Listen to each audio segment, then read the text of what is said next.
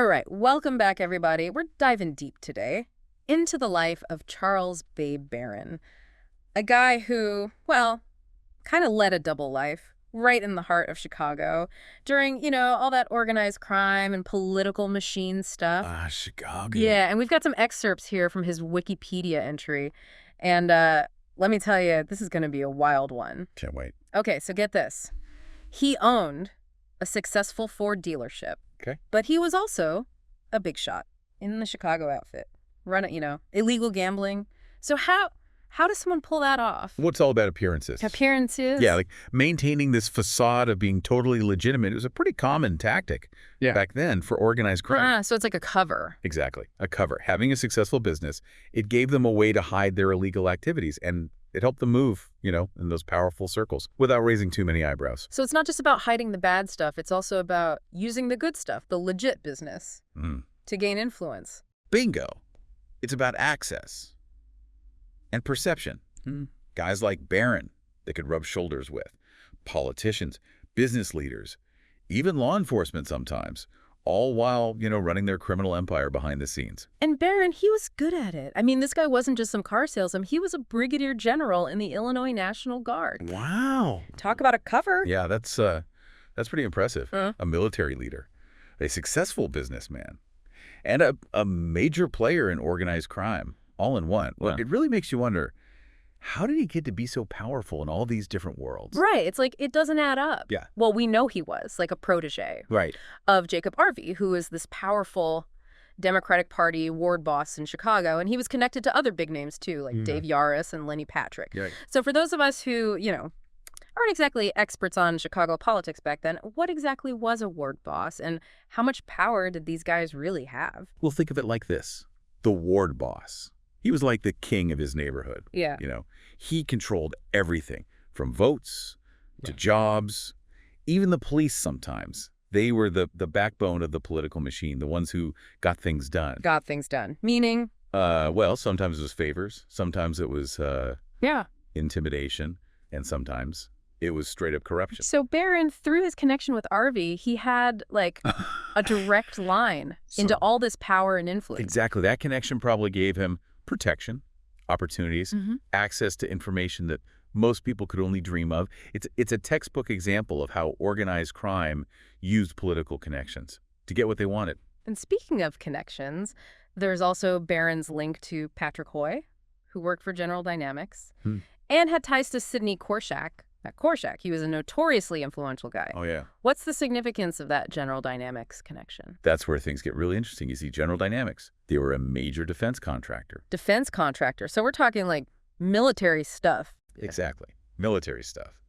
This connection suggests that Barron's influence, it might have gone way beyond Chicago, maybe even into, national security. Whoa. Yeah, think about it. Yeah.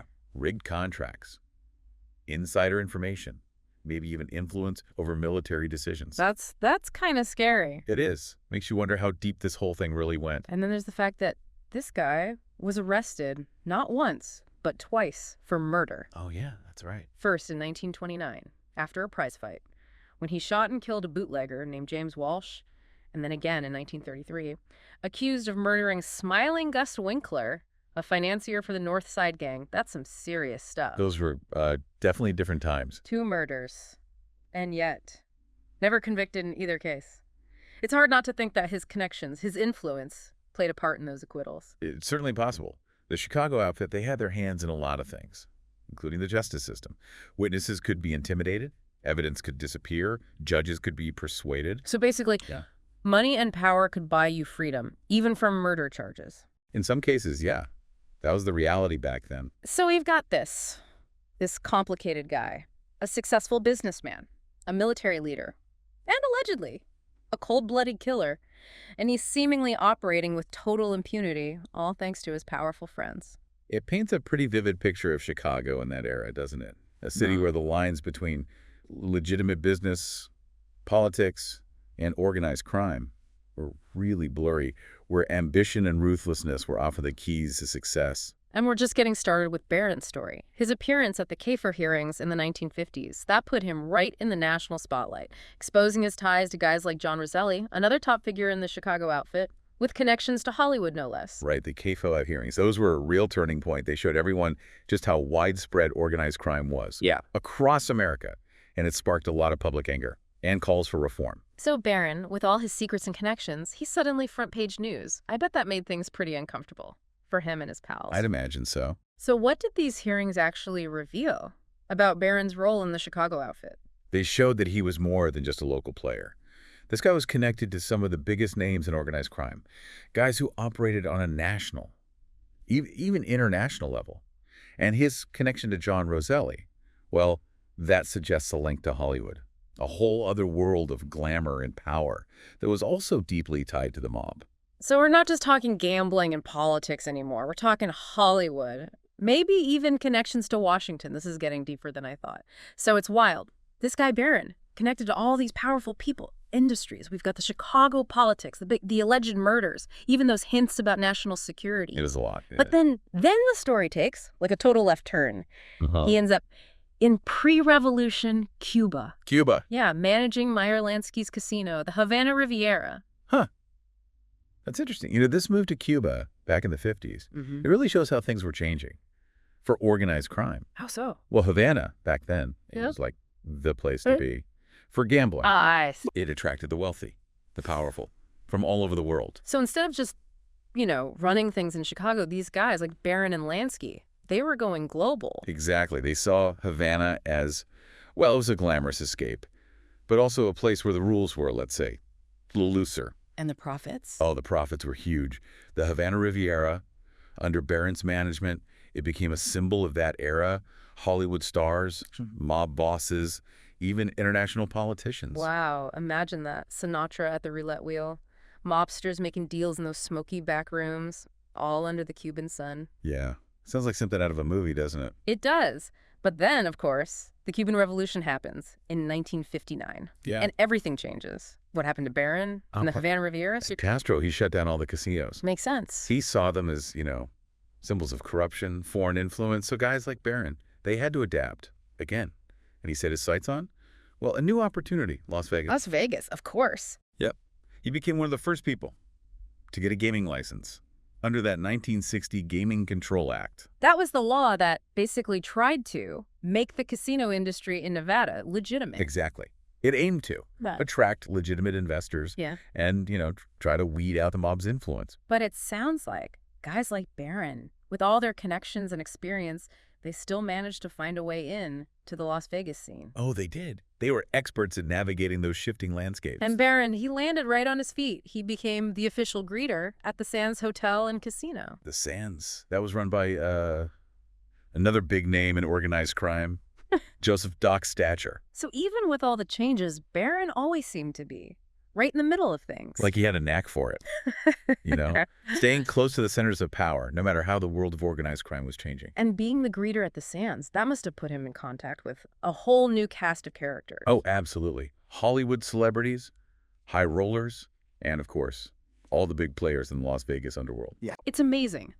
This one guy, from the back rooms of Chicago to the casinos of Havana, and then the glitz and glamour of Las Vegas. It's like he lived through like 3 different lifetimes. He was definitely a witness to a really fascinating period of American history. He was. But with all these seemingly successful ventures, did Barron ever face any real consequences? I mean, we've talked about the murders, the gambling, the political stuff. It seems like he got away with a lot. Yeah, that's a question that people are still asking. What do you think? Well, some people say he was this master manipulator, Yeah. able to avoid justice because of his wealth, his connections, maybe even intimidation. Makes sense. But then others think he was more of a middleman, a facilitator, someone who benefited from his associations, but wasn't really involved in the more brutal side of things. Was he a puppet master or a pawn, a brilliant strategist, or just a really lucky guy? It's tough to say for sure. The historical record, it's not always complete. And guys like Barron, who operated in the shadows, they're even harder to figure out. Yeah, I guess so. But it seems like he was really good at reinvention, adapting to each new situation, each new opportunity. And that adaptability, that ability to navigate those shifting tides of power and influence, I think that's the key to understanding him. He started in that tough Chicago environment, found success in Havana, and then landed on his feet again in Las Vegas. It's almost like he had this sixth sense for where the money and power were going. Maybe he did. Mm. But that instinct for survival, that ability to anticipate change and adapt, that's probably why he thrived in a world where a lot of other people failed. It's really incredible how his life, it's like a reflection of the evolution of organized crime itself, starting with those local rackets and then expanding into these global operations, always looking for new opportunities for profit and influence. It is. And as we learn more about him, we uncover more layers, more complexities. It just raises more questions about his true motives, the extent of his influence. He's a hard guy to categorize, leaves us with more questions than answers. He does. But that's what makes exploring his life so fascinating. It is. So what does all of this tell us about power, the desire for wealth, the compromises people make? Those are questions that are still relevant today as we deal with the legacy of organized crime and how it's impacted our society. The story of Charles Bay Barron. It gives us a glimpse into this complex and often shadowy world where ambition, greed, and violence were all tangled up with the American dream. It's a reminder that the past isn't really over and done with. It still affects us today. It does. And by exploring those echoes of the past, we can gain some valuable insights into how our world came to be. We've covered a lot of ground today in our deep dive into the life of Charles Bay Barron. From Chicago to Havana to Las Vegas, it's been a wild ride. It has. So, what are your final thoughts as we wrap up our look at this enigmatic figure? It's crazy, right? How this guy Barron, he navigated all these crazy times. The Chicago gang wars, the Cuban Revolution, the rise of Vegas. He always seemed to land on his feet. Yeah, it's remarkable. He had this resilience, this ability to adapt to change. That's not something you see every day. It makes you wonder what drove him. Was it ambition, power, or just a need to survive? Maybe all the above.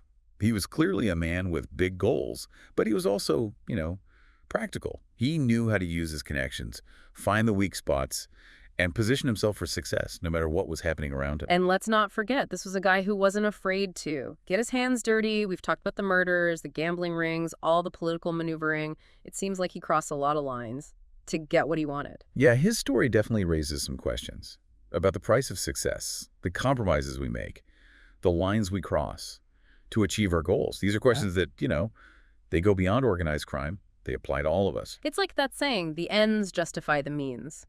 But with Barron, it seems like, the means were often pretty ruthless. They were. And yet, he managed to avoid any serious consequences. For most of it, he died a wealthy man, respected by some, and his darker side, mostly forgotten, or dismissed as just rumors. It makes you think about justice. Did he ever really pay for the things he did? Or did his money, his connections, protect him? I don't know. Those are questions that we might never have the answers to. But they do make us think about power, influence, and how they can be used to manipulate the system, escape accountability. Barron's life, it's like a puzzle. With some pieces missing, we see bits and pieces, his actions, connections, his rise to power. But we don't get the whole picture. And that's part of the mystery. It draws you in. It makes you want to fill in the blanks, speculate, come to your own conclusions based on what we do know. Yeah, it shows that history. It's not always clear-cut. It can be messy, contradictory, and sometimes the most interesting stories are the ones that leave us with more questions than answers. That's true. Well, I think we can all agree, we've only scratched the surface here, of Charles Bay Barron's life. He was a man of contradictions, someone who walked that line between legitimacy and crime.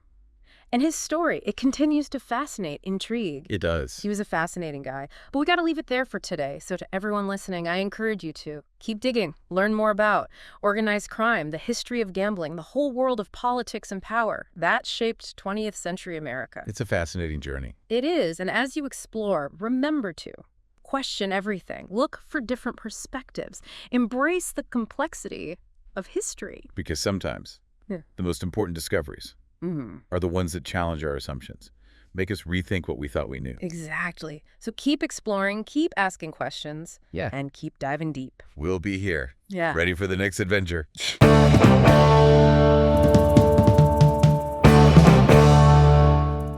All right, everyone, get ready for a wild ride because today we are diving deep into the life of Red Dillard Morrison.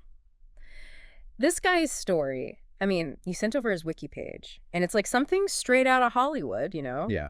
Way more than just another gangster flick. Oh, absolutely. I mean, we're talking about a guy the feds labeled, get this, the most dangerous man in the country. Yeah, the most dangerous man. But he's also like this beloved figure in Harlem's jazz world. I know, right?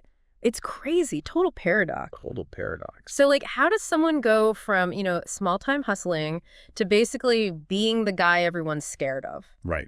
That's what we're going to figure out today. We'll track Morrison's whole journey, starting from his early days all the way to, the peak of his infamy, notoriety, whatever you want to call it. Notoriety, yeah.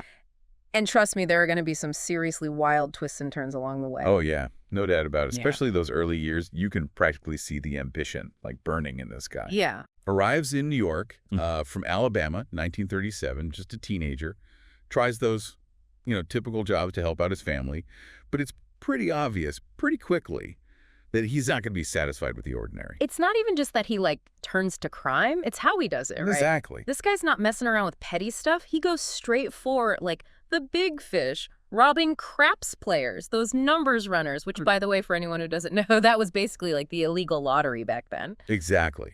It shows he was thinking strategically from the get-go. Yeah. Even his early crimes were, super audacious. Robs a Woolworths, right? And then immediately after hits up a check-cashing shop. I know. It's wild. Most people would, lay low after one big score, but Morrison, he's just getting started. Right. And then there's that insane story about the ambush.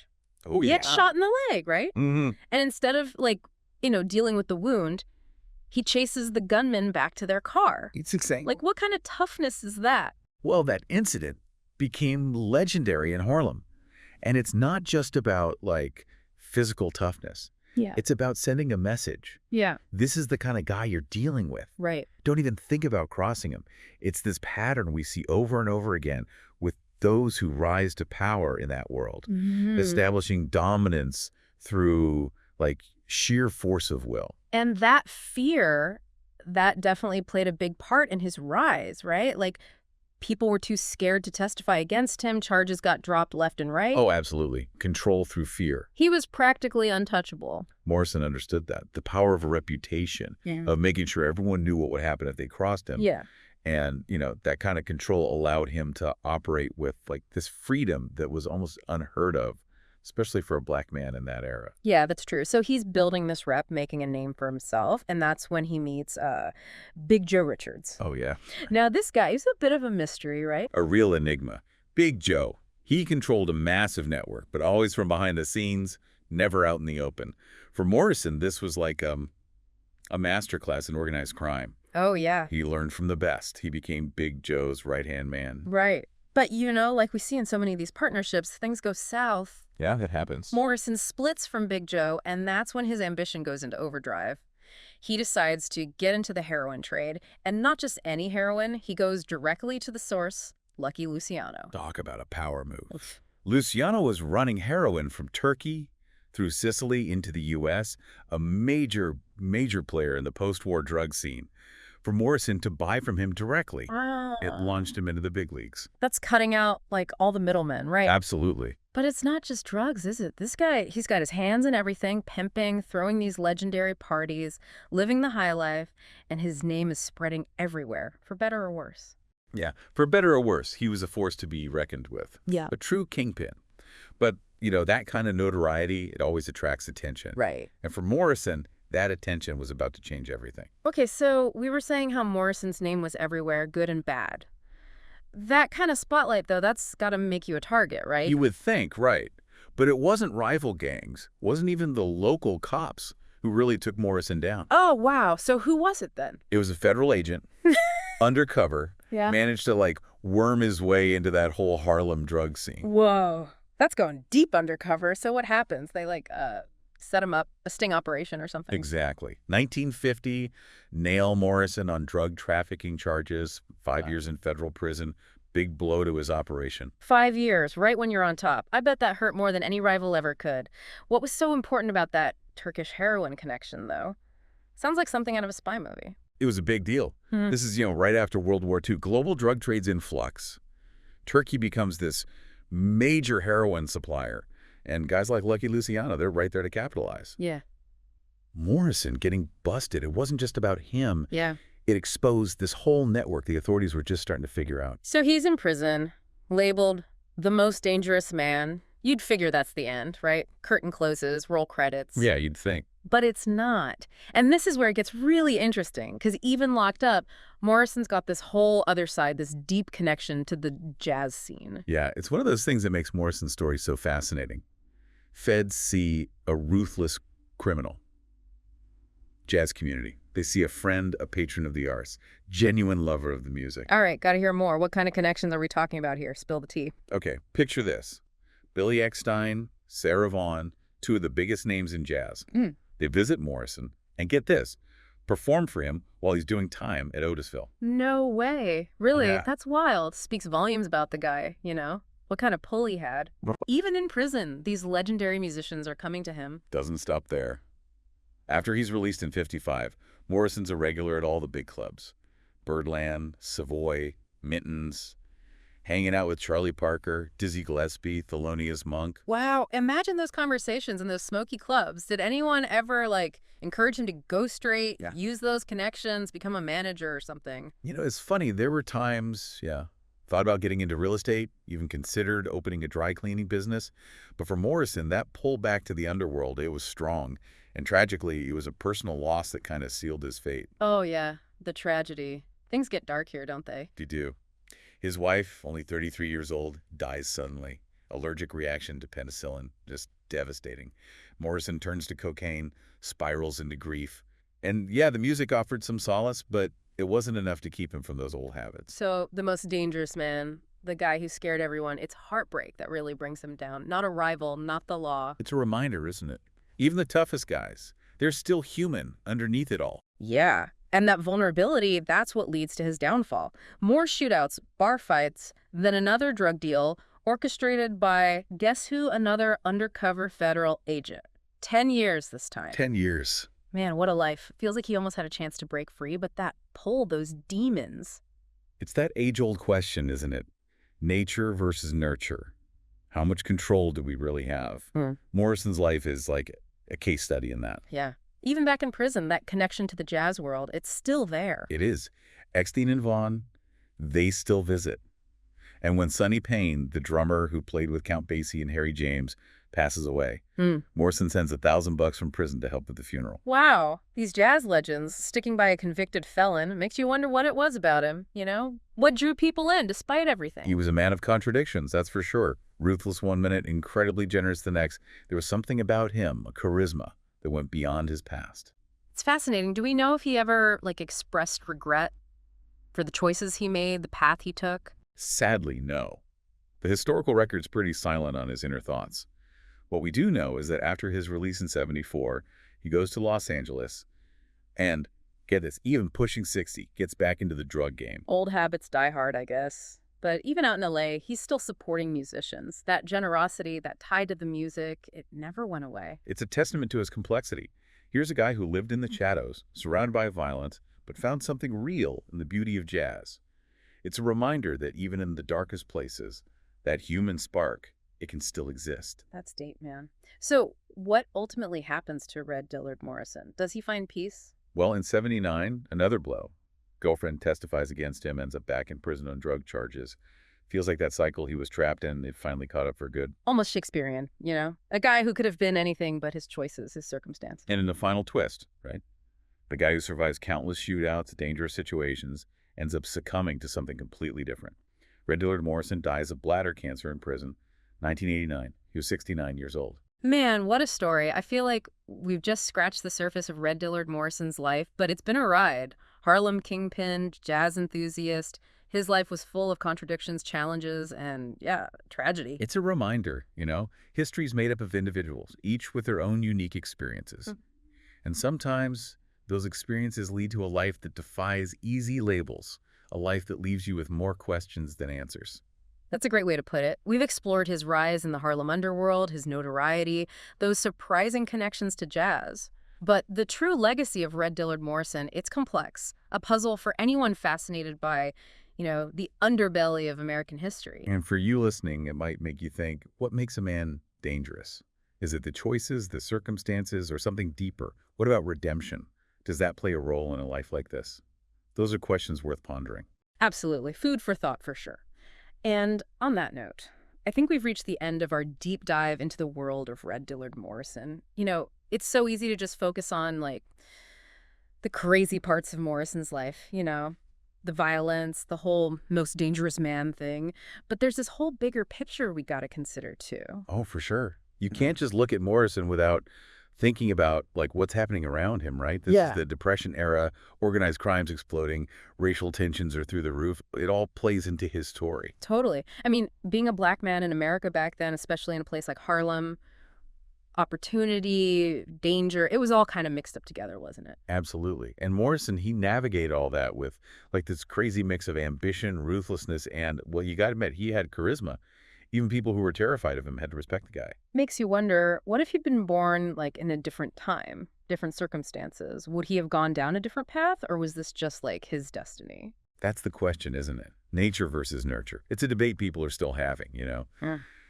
How much of who we are is already decided, and how much is, like, influenced by our environment, the hand we're dealt.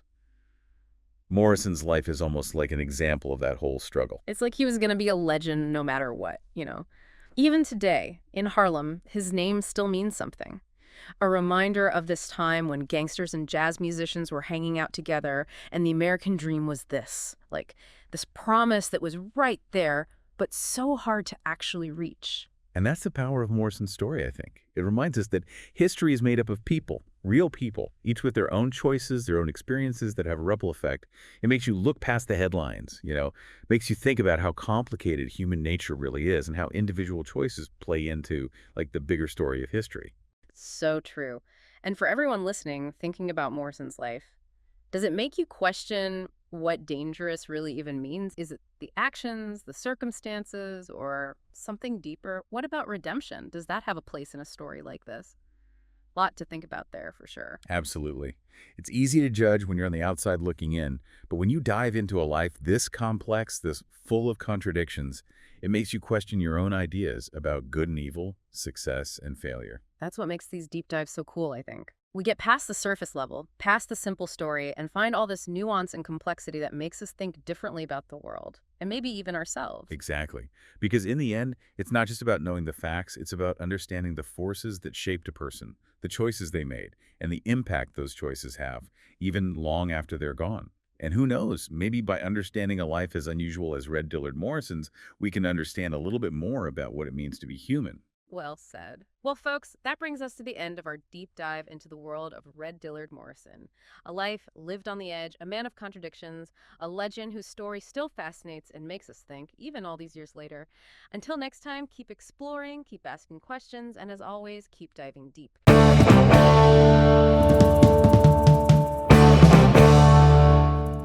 All right, welcome to your deep dive. Okay. Today, we're going to be looking at the life and crimes of Regis Dion Thomas. Okay. And, this name might not be familiar to you. Right. But his story is it's a good example of some of the things that were going on in the 90s. Yeah. Especially in Los Angeles. Yeah, definitely. So we're going to be taking a look at gang life and violence and the justice system. Wow. And we've just got one source today, Okay. which is the Regis Dion Thomas Wikipedia article. All right, that sounds good. We're going to see what kind of insights we can get from that. I love it. I love these deep dives. I'm excited. Yeah, me too. I think it's so interesting to learn about, Yeah. people like this and these cases. Yeah. And, you can learn a lot about society by looking at cases like this. Right. You can learn about gang culture, Yeah. what might make someone commit these violent crimes. Yeah. And just how law enforcement responds to these things. Absolutely, yeah, and how things have changed since then, too. Yeah, So exactly. the Wikipedia article, it starts out just talking about Thomas's background. Okay. Like who he was. Give me the basics. Yeah. So he was born in 1970. Okay. Grew up in South Central Los Angeles. Oh. He was the oldest of 4 children. Okay. So pretty normal. So normal beginning. Yeah, normal beginning. Yeah. But then he ended up joining the Bounty Hunter Bloods. Okay, and so that was a gang, right? That's a gang, yeah. Okay. And they were a pretty well-known gang. Okay. They were operating out of Watts. Yeah. And they were really violent. Okay. Yeah, so that's really interesting to me. I mean, yeah. what factors might have pushed him? Like, Yeah. what would make someone go down that path? Exactly, yeah. What was going on? What was it about the environment, or was it just him? Right. Or is there something, Yeah. maybe psychologically or Yeah. I don't know. It's a big question. Yeah. Yeah, it is. But I think it's worth considering, like Okay. what was it about the gang or what was it about that life that appealed to him? Yeah, yeah. I mean, especially in South Central LA in the 80s and 90s, Yeah. like That was a rough time. it was a rough time and place, yeah. Yeah. Like a lot of really serious issues, like Right. poverty, social inequality. Yeah. The crack epidemic It's was huge. Yeah. a huge problem. It was a huge problem. And especially, for young black men, Yeah. the opportunities just weren't there. Right. And so you can see how Yeah. these gangs might have looked like they were Mhm. offering something Yeah. that they weren't getting anywhere else. Right. Yeah. Like a sense of belonging or. Yeah, belonging, support, Mhm. a community, a way to make money, Yeah. all these things that are really important to young people. Mhm. But unfortunately, Yeah. it's a destructive way to get those needs met. Totally. Yeah. And so I think I know it's awful, Yeah. but I think it's interesting to think about how Yeah. that might have been Yeah. what was appealing about that life. Right. Right. And it makes me wonder too about he was only 19 or 20 years old Okay. when he got convicted of perjury. Oh, wow. So that's pretty young. Yeah, that's pretty young, Yeah. 1990. Okay. And it makes me think Yeah. was this like a sign Yeah. that, he was going to go down this road? Right. Like, was this an early Yeah. indication that he just didn't care about the law? Right. Yeah. And that maybe, things were going to get worse? Totally. I mean, when I see something like that, it makes me wonder if there were any, Right. chances to intervene, like, were there missed opportunities to help him? Yeah. Right. Yeah, like were there support systems or rehabilitation programs or anything like that? Yeah, like, could something have been done differently? Totally. Yeah. It's a chilling thought. Yeah. And, Yeah. what if there had been? Yeah. Yeah. And sadly, Yeah. it did get worse. Okay. The Wikipedia article. Yeah. It says that he committed his first murder in 1992. Okay. He killed Carlos Atkins in Torrance. Okay. And And that's all it says? it doesn't say much about it. Oh, wow. That's weird. Yeah, it just kind of like glosses over it almost. Oh, that's strange. It makes you wonder Yeah. why there's not more information about that. Right. Yeah. Maybe it wasn't as high profile at the time. Yeah. Maybe it didn't get as much media coverage Yeah. because there were these later, more well-known crimes. Right. But, it's Mhm. still a murder. Yeah. And that's a big deal, Yeah. Yeah. and someone lost their life. Yeah. And there were people who were affected by that. And Yeah. I think we should remember that, even though we Yeah. don't have all the details. Absolutely. Yeah. And then a year later, he commits the crimes that would, kind of define him, I guess. Yeah. Which are the murders of the Compton police officers, Wow. Kevin Michael Burrell and James Wayne McDonald. Okay. And this is where the case just, This is where it gets real. yeah, it gets real. Yeah. Because it's not just, the loss of these officers. Right. It's the impact that it had on the Compton community. Yeah. To have 2 officers killed in the line of duty Yeah. in a department Yeah. that had been around for 65 years. Yeah. Like, that's unheard of. Yeah.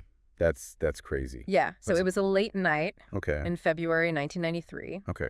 And it was a traffic stop. Okay. So seemingly routine. Yeah, seemingly routine. Yeah. Officers Burrell and McDonald Yeah. pulled over this red pickup truck, Okay. and Thomas was driving. Okay. And they approached the vehicle. Yeah. And And that's when Thomas got out of the truck and just opened fire. wow. Okay. And he shot both of them Oh, my gosh. before they could even get their guns out. Wow. They were both wearing bulletproof vests. Yeah. And they were found face down My gosh. near the patrol car, Yeah. and their guns were still holstered. Wow. That's intense. Yeah. I mean, it's just so brutal. Yeah, it's hard to. So sudden. Yeah, like imagine what was going through their minds. It's Yeah. just scary to think about. And how did this affect the community? Oh, yeah. Because this must have been, Yeah. a big deal. It sent shockwaves through the whole community. Yeah. I mean, any sense of security was Yeah. shattered. Yeah. And, I think there was just a lot of fear, Yeah, I bet. anger, sadness, Yeah. like a huge sense of loss. Yeah, that makes sense. Yeah. And the article talks about how Yeah. there was this massive manhunt to find him. Okay, so they're trying to find this guy. Yeah. Yeah. I mean, yeah. It was like all hands on deck. Wow. And it seemed like everyone was waiting Yeah. for him to be caught. Right. And But that says a lot, I think, yeah. about how serious the situation was. Yeah. It wasn't just about, Yeah. finding this killer. Right. It was about trying to, Yeah. bring back Restore some order. some order, some sense of safety to Yeah. this community. Make people feel safe again. Yeah. That had been really, Yeah. shaken by this. Totally. And, while they were looking for Thomas, Yeah. they actually ended up solving some other crimes. Oh, wow. Okay. So there were 5 arrests, Wow. 3 murders solved, Okay. and then 2 attempted killings Wow. were cleared. So they were really looking into everything. Yeah, they put so many resources towards finding him. Right. So I guess that's not surprising. Yeah, they ended up, Yeah. connecting him to some other things. Yeah, that makes sense. So it's kind of a bittersweet. Yeah, it's good that they solved those other crimes. Yeah. But it's still, Doesn't change it doesn't change what happened. Yeah. Right, Yeah. exactly. But then things take a really weird turn. Okay, what happened? So Thomas eventually surrenders, Okay. but he doesn't surrender to the police. To who? He surrendered to a reporter. What? Yeah, to a So a KTLA. reporter? Yeah, a television reporter. Wow. That's interesting. Yeah, Why would he do that? I don't know. What do you think? Well, the media was covering this so heavily. Yeah. I wonder if he felt like, he couldn't escape it. Right, like the pressure was too much. Yeah, maybe. Or maybe he thought this was his chance to, control the story a little bit. Yeah, to get his side out there. Yeah. Yeah, before the trial. Before the trial started. Yeah. Right. It's a really fascinating example of how, Uh, media and the justice system Kinda- kind of intersect. Totally. Yeah. And makes you wonder, Yeah. how much power does the media have? Right. How does it influence Yeah. public perception Yeah. and even the legal process? Absolutely. Yeah. But we're getting ahead of ourselves a little bit. Okay. Yeah, we've covered a lot. Yeah. We started with his childhood, went to his gang involvement, Right. the murders, Yeah. the manhunt, the surrender. And we haven't even gotten to the trial yet. We haven't even gotten to the trial. Oh, I know. So, we've been talking about Thomas and everything that he did. Right. But I think it's important to talk about the victims in this case. Well, absolutely, yeah. Like the families of Yeah. the people that he murdered. Right. The Wikipedia article doesn't really get into that. Yeah, they're focusing on him, Right. but yeah, you're right. We should talk about, what happened to the people Mm-hmm. who were affected by his crimes. Like, what was the impact Yeah. on them and on the community Yeah, as a whole? these are just Yeah. numbers on a page. Right. These were people with lives and families. And, Yeah. Yeah. their loss is just, unimaginable. Yeah, and the article mentions that, Yeah. both Officers Burrell and McDonald were Yeah. armed, Right. but neither one of them had a chance to draw their weapons. Wow. Like, he shot them so fast. It's just a reminder Yeah. that police work is Yeah. dangerous. It is dangerous, yeah. You Yeah. just never know. Right. Yeah. They're trained to expect the unexpected, Yeah. but you can't always be prepared for everything. Right, and I think a lot of people think of traffic stops Yeah. as being routine. Yeah. Just a normal part of the job. Right. But this case shows that they can turn deadly really quickly. Yeah, it can happen in an instant. Yeah. And, Yeah. that they said that these were the only 2 officers Yeah. that had been killed in the line of duty Yeah. in the Compton Police Department's history. Wow. So this was a huge deal for them. Yeah. Yeah, 65 years. Yeah. And then this happens. I can't even imagine what that must have been like for the other officers. Yeah, how do you keep going to work every day Yeah. knowing that could happen to you? Yeah. Knowing that you're putting your life on the line Yeah. every time you put on the uniform. Yeah. And it's especially sad because Yeah. Officer McDonald was working his last shift Oh, wow. as a volunteer reserve officer So he was almost done. when he was killed. Wow. That's Yeah. that's awful. Yeah, he was just trying to give back to his community, Yeah. and it cost him his life. It's a tragedy. Yeah.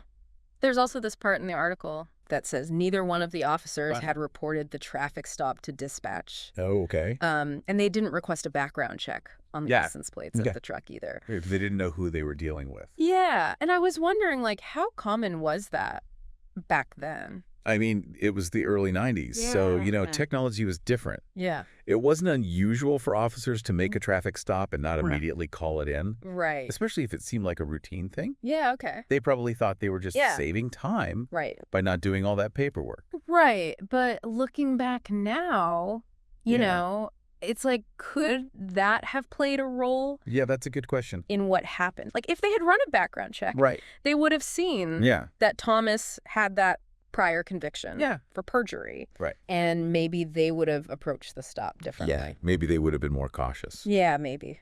It's impossible to know, Yeah. for sure. Yeah. But it does make you think about Yeah. how important communication is Yeah. in policing. Yeah. Especially with something like Yeah. the manhunt that Okay. happened after the murders. Yeah. You know, they had to coordinate all these different agencies and All right. It was a huge operation. yeah. And communication is key Mm. in situations like that. And they ended up making all those arrests and clearing those cases. Right. And that's not uncommon. When you have a big investigation like that, Yeah. they put so much time and resources into it Right. that they often uncover Yeah. connections to other crimes. It's almost like they Yeah. wouldn't have solved those other crimes Right. if this hadn't happened. Yeah, it's like a ripple effect. Yeah. But of course, you know, it's important to remember Yeah. that solving those crimes Yeah. doesn't bring back the Yeah, hey, officers. yeah. Of course not. It's a really complex situation. Yeah. You know, there are these positive outcomes, Yeah. but it doesn't change the fact Yeah. that these two people lost their lives. Exactly. Yeah, and speaking of complex situations, like yeah. how do you explain Yeah. surrendering to a reporter? Yeah, I mean, that's wild. It is, yeah. What do you think he was thinking? It's hard to say, Yeah. but, you know, maybe he felt Yeah. like he was trapped Yeah. by all the media attention. Yeah. Like there was no escape. Yeah. So he decided to just go to the media himself. Yeah, like take control of the story. Right, exactly. Yeah, before it got away from it. It's like he knew Yeah. how much power the media has. Yeah. Yeah, and it makes you think about Yeah. how that affects the whole trial process. Yeah, for sure. So, I mean, we've gone from Thomas's childhood Yeah. to the gang involvement, to Right. the murders, Yeah. to the manhunt, Yeah. to the surrender. Yeah.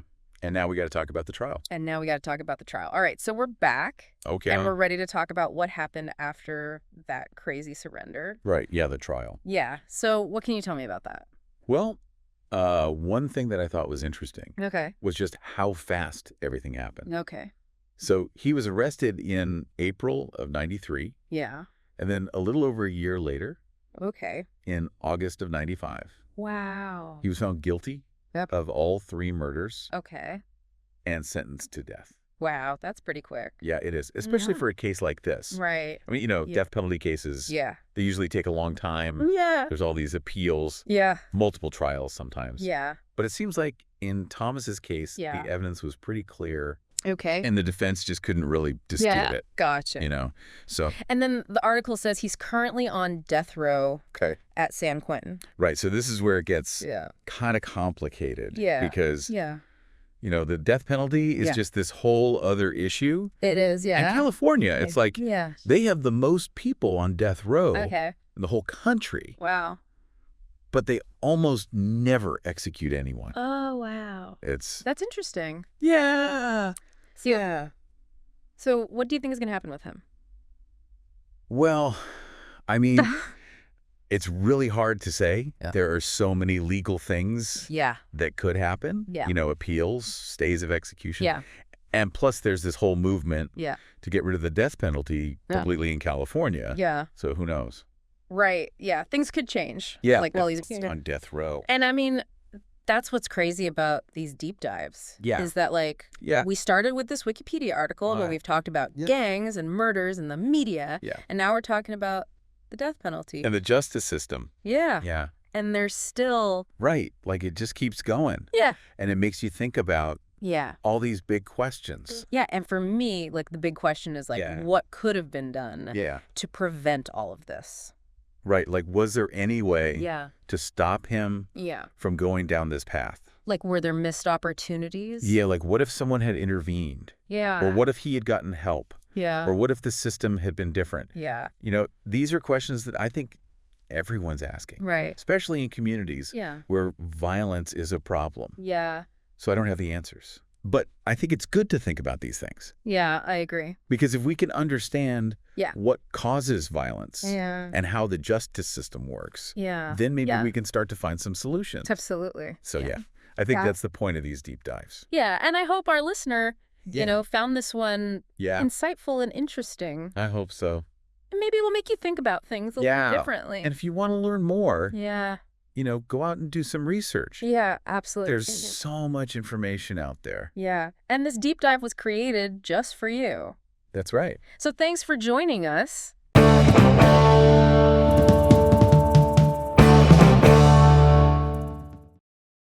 All right, so welcome everyone to this deep dive, and today we're tackling someone you might not know right off the bat, Rich Porter. But stick with us, because by the end you'll see why his story, man, is really something else. We're heading straight into 1980s Harlem, using just a snippet from his Wikipedia page, which, believe me, has enough to unpack. And get this, it's not just a crime story. It's about, like, crazy ambition, a whole community dealing with a crack epidemic, and this twisted version of the American dream. Plus, you might have actually seen Rich Porter's story and not even realized it. Yeah, you know Porter's life. It went down during a really intense time. The crack epidemic was ripping through places like Harlem, just tearing communities apart. Imagine being young back then, right? Limited chances, surrounded by poverty, and then bam, the fast money from drugs. It was like this unavoidable pull, And that's where Rich Porter comes in, right? Yeah. Dealing at 12 years old. 12. It's kind of hard to wrap your head around, but it shows you the reality back then. But then he shoots up, becomes a kingpin, known for this, like, over-the-top lifestyle. It's wild, right? He's spending tons on clothes, cars, all while navigating this world of brutal violence. It's interesting, right? Because for Porter, it wasn't just about surviving. There was this, like, entrepreneurial drive in him, almost this messed up version of the American dream. He was building an empire, but on illegal stuff, Clear. It makes you think about ambition's price tag, that Yeah. pull towards easy money when the system, it just ain't giving you a fair shot. There's even that rumor, right, that he never wore the same outfit twice. It paints this picture of a larger-than-life guy, almost like a caricature of success in the drug world, you know what I mean? Yeah. But like a lot of guys who rise fast, his fall was, well, it was dramatic. Porter was killed in 1990, only 24 years old. Yeah, they found him with like thousands of dollars in his pocket, shot multiple times. And the main suspect, his old friend and drug partner, Alpo Martinez. Martinez was later convicted for the murder. Talk about betrayal, right? From within your own circle. And it doesn't stop there, man. Just a month before Rich's death, his younger brother, William, only 12 years old, he was kidnapped and murdered. It's rough, man. The details are brutal. William's finger was cut off by the kidnappers trying to squeeze ransom money from Rich. This case, it shows you how violence just spirals, right? It's not just those involved, it's innocent family, too. And here's the gut punch. Their own uncle was behind William's kidnapping and death. It's a family ripped apart by greed and the same violence that took Rich to the top. It begs the question, right? How much blame goes to guys like Porter who choose this life versus the messed up system that creates these situations? It's tough to answer, no easy solution, but what's clear is this cycle of violence, it often eats its own. It reminds you that we're not just talking about some abstract idea here. We're talking about real people, families, and the weight of the choices made in a world where options are limited. But here's where things take a turn. Porter's life, his death, it becomes this pop culture thing. You've got the 2002 film Paid in Full, based on the lives of Rich Porter, Izzy Faison, and yeah, even Alpo Martinez. And get this, Porter's character, played by Naki Pfeiffer, who also grew up in Harlem. It shows you how Porter's story, it goes beyond just being a crime story, right? It's about a specific time and place, but it touches on these bigger ideas that still hit home today. Yeah, exactly. You're seeing a system failing its people, leading them down this path of violence and fleeting success. It's not just a movie. It's reflecting a reality a lot of people face then and sadly still face today. So we've seen Rich Porter, right, from the streets of Harlem to becoming a kingpin, only to meet this tragic end, all tangled up with betrayal and family loss. But this is just the start of our deep dive. Yeah, now we got to dig into the why. Why did Porter's story become such a big deal in pop culture? What is it about this story that keeps grabbing our attention? And the big one. What can WE, the viewers, learn from this whole cautionary tale? Ambition, excess, and in the end, tragedy. We'll get into all of that and more when we keep going with our deep dive. One thing that jumps out from Porter's story is, well, the role of the cops back then. Our source mentions that him and his crew were constantly watched by the FBI's C-11 squad, A whole unit just focused on busting drug operations. Whoa, so it's like a real-life cop movie happening right there on the streets, these guys building their thing, and the feds are on their tail trying to shut it all down. Adds a whole other level to the story, don't you think? Yeah, it does, and it makes you think about that whole war on drugs thing, you know? It wasn't always so black and white, and sometimes those lines between good and bad, well, they get pretty blurry. Yeah, it's easy to just say, cops are good, drug dealers bad, but Porter's story, it kind of messes with that simple idea, doesn't it? Mhm. He was a criminal, for sure, but he was also a product of his environment, a young guy without a lot of options. Exactly. It's that whole nature versus nurture thing, right? How much is your path set by where you come from, and how much is your own choice? It's a question that sticks with you, especially with someone like Porter living in a world where survival sometimes meant bending the rules. And maybe that's why his story pulls you in. It challenges how we think about good and evil, makes you deal with the messy parts of how people act, you know? It's not just some simple lesson about right and wrong, it's a look into a complicated reality. And after Porter died, things in Harlem shifted, right? Like a power vacuum. For sure. It's like that saying, when a king falls, chaos follows, right? And in the drug game, chaos, man, it can get really bad. What happened to the people left behind, those who had to deal with what was left of his empire? Well, his death sparked this whole power struggle, right? Rival gangs, former partners, everyone scrambling to fill the void. And the result? More violence, more instability, just like the source says. Innocent people got caught in the crossfire, and the community, which was already struggling, well, it just got worse. It reminds you, right, that the quick money and power in that world, it comes with a huge price tag, paid not just by those in the game, but the whole community. And that stuff can echo for generations. Absolutely. And it's not just about the violence either. The drug trade, it chokes out legitimate businesses, creates this atmosphere of fear. It's this cycle, you know? And breaking it, man, it's tough. So where do we go from here? How do we even begin to fix something so messed up? It feels like there's no easy answer. You're right, there's no quick fix. But first, we gotta acknowledge this isn't just a cop problem, it's a health problem, a social problem, a human problem, you know? We need to get at the roots of this stuff. Poverty, lack of opportunities, the whole system that makes the drug trade look appealing in the first place. We need to put resources into education, jobs, and programs that give young people real choices. Exactly. We got to shift from just punishing people to preventing this, helping people recover, and creating a world where everyone, no matter where they come from, has a chance to make something of themselves. It's like a reminder that these stories, like Rich Porter's, yeah, they're captivating, but we can't forget the human cost, you know? The victims, the families, the communities left behind, their stories matter just as much. And that brings us back to Porter's legacy, right? How do people remember him, both in Harlem and beyond? It's interesting, right? On one hand, he's this folk hero, a symbol of making it out, a kid who went from nothing to being a powerful figure. That classic rags to riches story, even though it played out in this dark and dangerous world. Yeah, and it's key to understand that not everyone sees him the same way. To some, he represents this dark time in Harlem, a symbol of how the drug trade wrecked things. So his legacy, it's complicated to say the least. He's a warning and a fascination, someone people admire and condemn at the same time. And that might be why his story sticks with us. It forces us to face these truths about ambition, poverty, violence, and the choices we make when we feel like we ain't got many options. It's a story that people still talk about, argue about all these years later. That in itself shows how powerful his story is and the questions it makes us ask. Yeah, even after he's gone, Porter's life keeps challenging us, making us think about how complex people are and the mark we leave on the world. We talked about Paid in Full, but how else has Porter's story seeped into pop culture? What other forms has it taken? Well, you've got documentaries, books, even music, you know? They all offer a different angle on his rise and fall. It's like his story has become this thing of its own, changing and fitting into different cultures. It shows you how strong his story is, how it speaks to different generations and artists. And it's not just the facts of his life either. It's about what his story embodies. Ambition, betrayal, the pull of the streets, family, loyalty. These are things that always get us, no matter when or where. It's like Shakespeare on the streets of Harlem, you know? Mm-hmm. Raw, real, tragic. It makes us face these uncomfortable truths about ourselves and the world. And maybe that's why it still matters today. It's a reminder that what we do, it has consequences not just for us, but for everyone else. It makes us think about the systems that keep people trapped in poverty and inequality, the temptation of easy money, and how violence just tears communities apart. Hopefully, by looking at stories like this, we can figure out ways to build a world that's fairer, where young people can make better choices and have real chances for a good life. So we've gone through a lot, right? Porter's rise, his tragic end, his impact on his community, how he shows up in pop culture. But before we finish up this deep dive, I want to circle back to a question we asked before.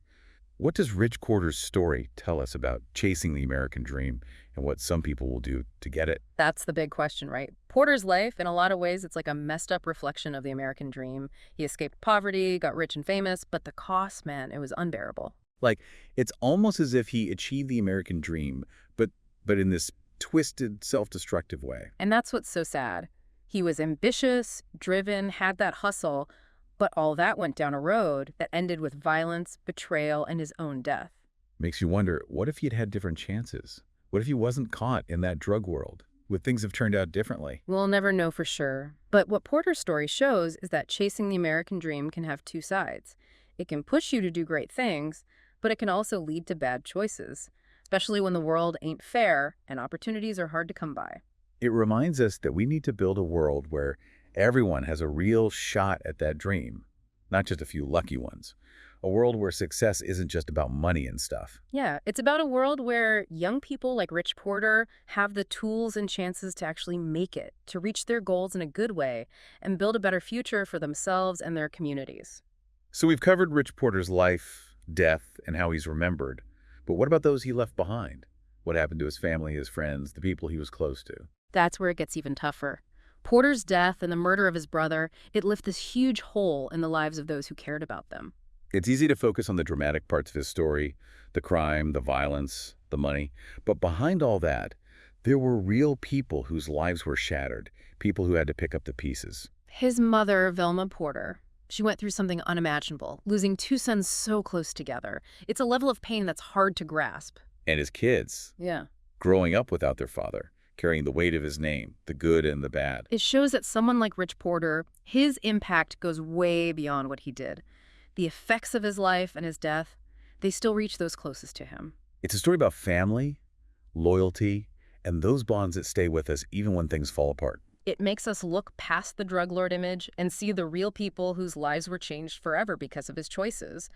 You know, it's kind of crazy how Rich Porter's story, even after we've peeled back all the layers, it still has more to say, especially about loyalty and betrayal. That whole thing with Alpo Martinez, it really adds another dimension to it all, doesn't it? It's like a core element in these stories, right? That idea of brotherhood built in a place like the streets, and then it gets shattered by ambition, greed, or even paranoia. In a world where you're fighting to survive, trust is, well, it's precious. No doubt.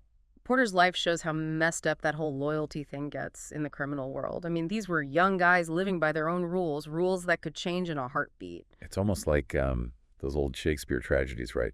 But instead of some fancy stage, it's happening on the streets of Harlem. Ambition, betrayal, violence, and then, bam, a tragic fall from grace. It's a story that's been told forever, but somehow it never gets old. Why do you think that is? I think part of it is that Porter's story makes us look at ourselves, you know? It asks us, how would I handle that world where right and wrong get all mixed up? Who could I trust? What would I be willing to sacrifice? That's a heavy question, man. There are no easy answers, and honestly, I think it's something each of our listeners needs to really think about on their own. It's about recognizing that people are complicated, motives are messy, and even when things are tough, our choices, they define who we are. And while Porter's life is definitely a page-turner, we can't forget that it's not just about him, right? It's about the people around him, those who are affected by what he did, whether it's good or bad. Yeah, it emphasizes that our choices have this ripple effect. They reach far beyond ourselves. It's like a call to do better, to make choices that lift up our communities, that create peace and understanding, and to push for a world that's fair for everyone. So we're coming to the end of our deep dive. What are you taking away from Rich Porter's rise and fall? What sticks with you? And how can we use this story to start conversations, maybe even spark some positive change? This is what we want our listeners to do. Don't just listen to this story and move on. Think about it, talk about it, use it to jumpstart some critical thinking and real conversations. The answers might not be clear-cut, but the act of searching for them, that's what matters. And I think the last thing to remember is this. Even in the darkest parts of Porter's story, there's a glimmer of hope.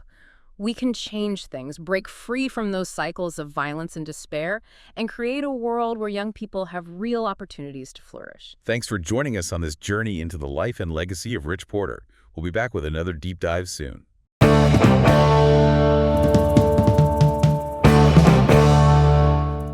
Have you ever heard of a guy named Samuel Christian? I have. So today we're going to do a deep dive on him.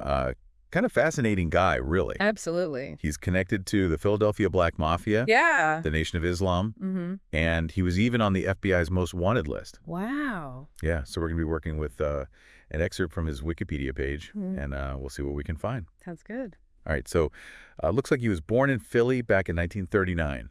That's right. Yeah. And he went by a few different names, Richard Carter, Sam Bea, Christian, Right. and then Suleiman Bey. Lots of different chapters in his life. Yeah, so maybe you can tell us a little about what was going on in Philly back then. Like, how did he end up getting involved with the Black Mafia? Well, you've got to remember the late 60s and early 70s were a really intense time. Right. You know, the civil rights movement was happening. Yeah. There was a lot of push for economic equality for Black Americans. And there were still a lot of racial tensions that hadn't been resolved. And so, you know, in that kind of environment, it's not surprising that that some groups kind of formed, and the Black Mafia was one of them. So what were they doing? What were their activities? Well, they were involved in all sorts of things. Okay. Racketeering, drug trafficking, and unfortunately, violence. Right. So it was a pretty tough world that Samuel Christian got involved in. It sounds like it, yeah. Yeah, So I guess that's where he got the name Bea, right? I think so, yeah. What kind of figure was he in the Black Mafia? Was he a leader or more of a follower? That's a tough one. Yeah. There's not a lot of information out there about that time. And, you know, the code of silence around these kind of organizations makes it really hard to separate fact from fiction. Right. But we do know that he didn't stay with the Black Mafia forever. Right, right. He converted to the Nation of Islam and took the name Suleiman Bey. Yeah, that seems like a pretty big shift. Yeah. What was happening with the Nation of Islam at that time that might have drawn someone like Christian in? Well, the Nation of Islam was a powerful movement in those days. Okay. It provided Black Americans with a sense of community, a strict moral code, Right. and a path to self-reliance in a society that often felt very hostile towards them. I see. And they also had a paramilitary wing called the Fruit of Islam, which was known for its discipline and dedication to the nation's teachings. And Christian became a captain in the Fruit of Islam, right? That's right. I mean, that's a pretty significant role, especially considering his past. Absolutely. Makes you wonder what he was looking for. Yeah, was he completely turning his back on his past?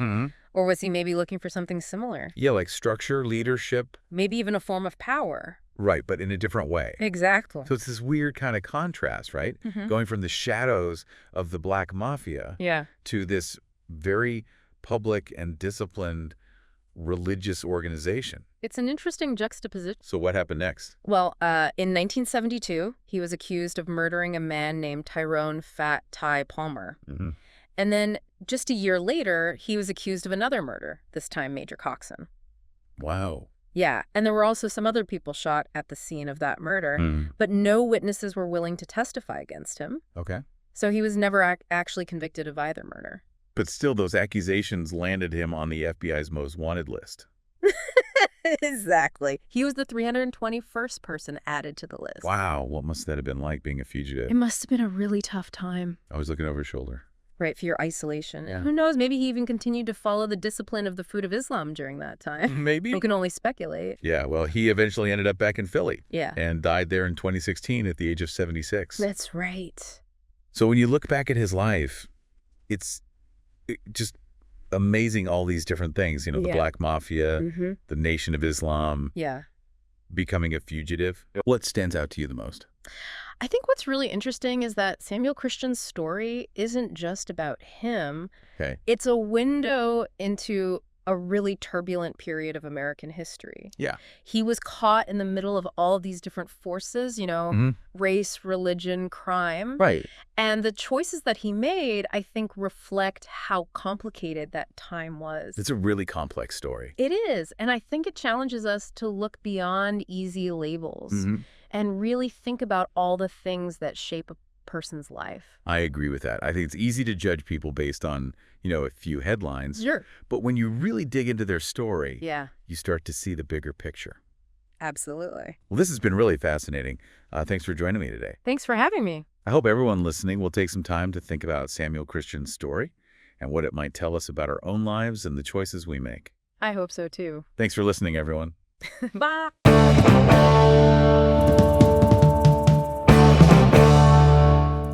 All right, strap in, everyone, because today we're going deep on one of the most notorious figures in 90s hip-hop, Oh, yeah? Suge Knight. Buckle up. The man, the myth, the legend behind Death Row Records, the label that brought us Snoop and Tupac. Yeah, and so much more to uncover, I think. And it's a wild story. It is. It is. Absolutely. So from Compton to the top of the music charts to a prison cell, Yeah. it's a rise and fall, and we're going to break it all down. And it's fascinating because, you start looking at his life, and there are so many contradictions. Oh, yeah. He's got this almost squeaky clean, all-American beginning Right. star athlete from Compton, even briefly played in the NFL. Oh, wow. I didn't realize that. Yeah, a replacement player for the LA Rams. Wow. But then, that's juxtaposed against his affiliation with the Mob Piru Bloods gang. Right. It's like these two totally different narratives colliding. Yeah. I mean, it really makes you think about the environment Sure. he came up in, right? Yeah. Like how much of his later actions, were shaped by those early days in Compton. Well, it's really important to understand the context, right? Yeah. Compton, Yeah. in the 80s and 90s, a place where opportunities were limited Yeah. and gangs offered kind of a sense of community, Right. a twisted path to power in some ways. Right. So even with his athletic abilities, Yeah. Knight might have felt drawn to that world. Yeah, it's like he carried that drive, that win at all costs mentality from the football field into the music business. Exactly. Yeah. Exactly. And you see it in how he goes from being a bodyguard for celebrities like Bobby Brown Oh, yeah. to becoming this major force in the music business himself. Right. First big win, securing royalties for a client from Vanilla Ice's Ice Baby. Wait, Vanilla Ice. Vanilla Ice. I wouldn't have pegged that as a Suge Knight connection. It's a pretty wild story. Okay. Rumor has it he used some, shall we say, persuasion tactics. Oh, boy. Allegedly dangled Vanilla Ice off a balcony to get those royalties. Now denied by Vanilla Ice, but, Oh, of course. adds to the legend. Yeah, a bit of a negotiating tactic. Not exactly. Not exactly. Business School 101. No, not at all. But this was just the start of Knight's unconventional rise in the music world, let's just say. Yeah. He forms an artist management company, worked with acts like DJ Quick, the DOC, Okay. and that's how he links up with Dr. Dre and the DOC from NWA. Wow. Okay. They wanted out of their contract. Knight saw an opening. And that's the birth of Death Row Records. Boom. That's it. Wow. Knight, Dre, the DOC, co-found the label in 91. Okay. And Knight's ambition is clear. Yeah. He wanted to make Death Row the Motown of the 90s. And they came out strong. They did. Dr. Dre's The Chronic in 92, triple platinum. And then Snoop's debut album, Doggy Style, Oh, yeah. quadruple platinum. They were shaping the West Coast sound. Right. Night at the Helm, aggressive style. Yeah. It rubbed some people the wrong way, Oh, yeah. but it got results. He wasn't afraid to make moves. No, he was a guy who was ready to play hardball. Oh, yeah. He was known for public feuds. Right. Like the one with Luther Campbell from Two Live Crew. Yeah. Opened a club in Vegas, I've heard of this, yeah. Club 662. Okay. You dial that on a phone keypad. Yeah. Spells M-O-B.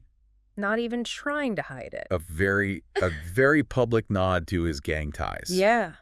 And then there's that speech. Oh, yeah. The Source Awards, 1995. Yes. Yeah. He calls out Puff Daddy, basically pours gasoline on the East Coast, West Coast rivalry. Oh, yeah, that was a moment for sure. It was a moment. So what was the deal there? Well, rivalry is kind of baked into hip-hop, Right. It can push artists to new heights, Sure. but it can also get real dangerous. Absolutely. And with Knight, that line between the music and real-life drama, it was blurry. yeah. He seemed to thrive on confrontation. So it's ambition, it's talent, but it's also this volatile personality. Yeah. It's a potent mix. It is. It's a recipe for both incredible success Right. and potential disaster. Right. And that darker side started to show when Knight bailed Tupac out of prison Oh, right. and signed him to death row. That's a huge turning point, right? It was a turning point. All Eyes on Me, massive success for the label. Massive. But it also brings this new level of intensity Yeah. to death row. Absolutely. That East Coast, West Coast thing, it was already boiling over. Right.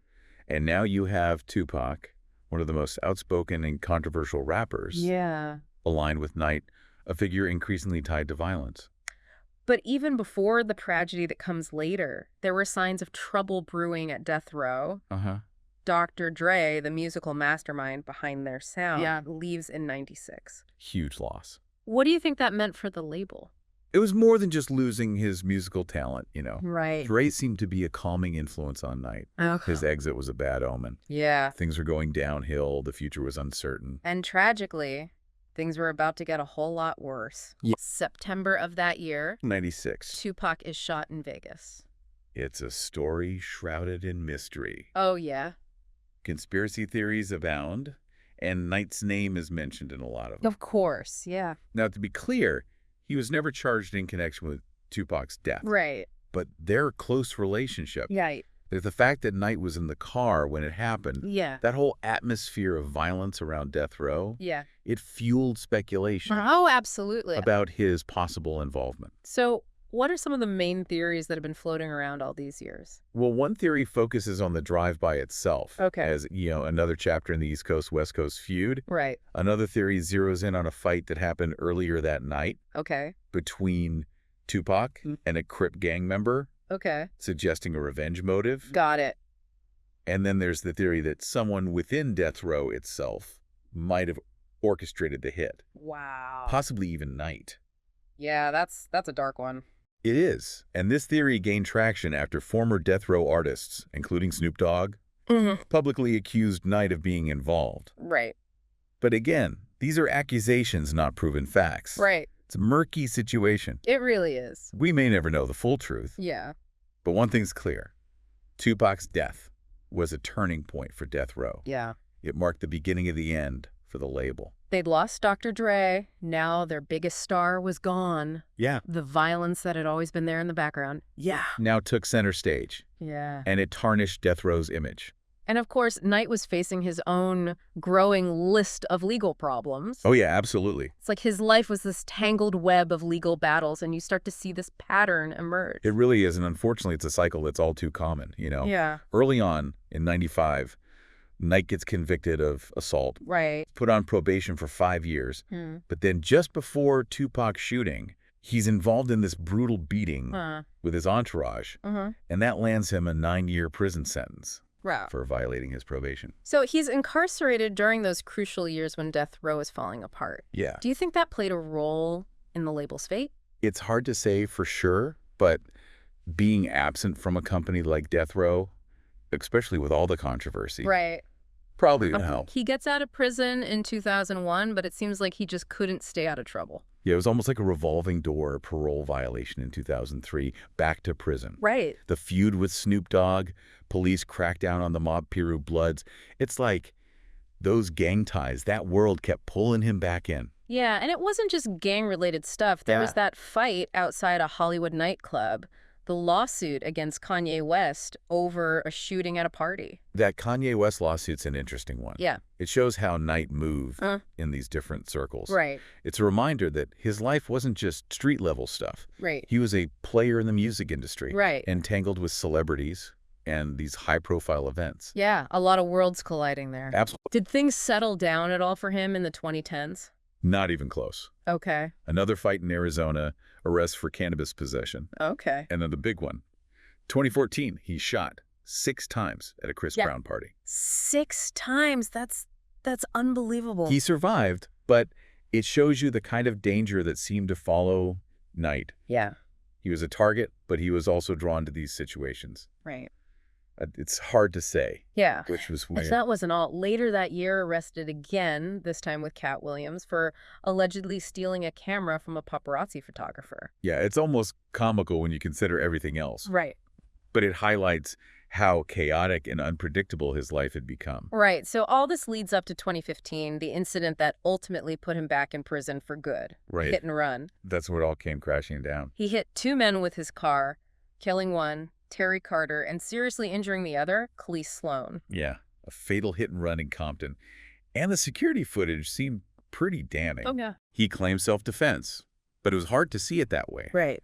The incident reportedly stemmed from an argument on the set of Straight Outta Compton, Oh, wow. the NWA biopic. Right. It's almost like Knight's past, the violence that had followed him, Yeah. came back to haunt him in this very public and tragic way. It's like a Greek tragedy almost, you know? It really is. After his arrest, he spent years fighting the charges, Yeah. dealing with health problems while incarcerated. Yeah. He changed lawyers multiple times. It was a messy legal process. It sounds like it. He faced the possibility of life in prison, and ultimately in 2018, he took a plea deal. Okay, so what were the terms?